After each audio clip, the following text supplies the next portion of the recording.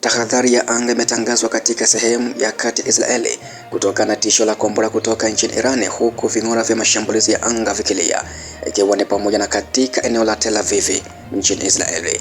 Muda mfupi kabla ya hili, jeshi la ulinzi la Israeli pia lilisema ya kwamba limegundua uzinduzi mpya wa kombora kutoka nchini Iran na kusababisha onyo la dharura kutumwa kwa simu za mkononi za wakazi katika maeneo hayo ya kati ya nchi hiyo ya Israeli. Hili lilitokea wakati waziri mkuu wa Israeli Benjamin Netanyahu alipokuwa akitoa hotuba yake kwenye mkutano wa kwanza na waandishi wa habari tangu kuanza kwa mzozo na Irani Februari 28.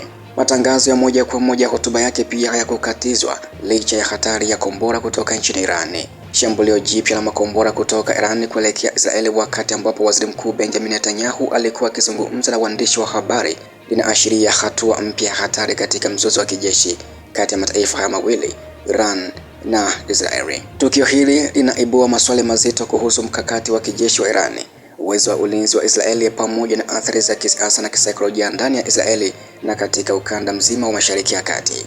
Tukio hili linaonyesha wazi kwamba Iran inalenga kutuma ujumbe wa nguvu au uthubutu wa kisiasa, kurusha kombora wakati kiongozi mkuu wa Israeli anafanya mkutano wa moja kwa moja na vyombo vya habari, si tukio la kawaida.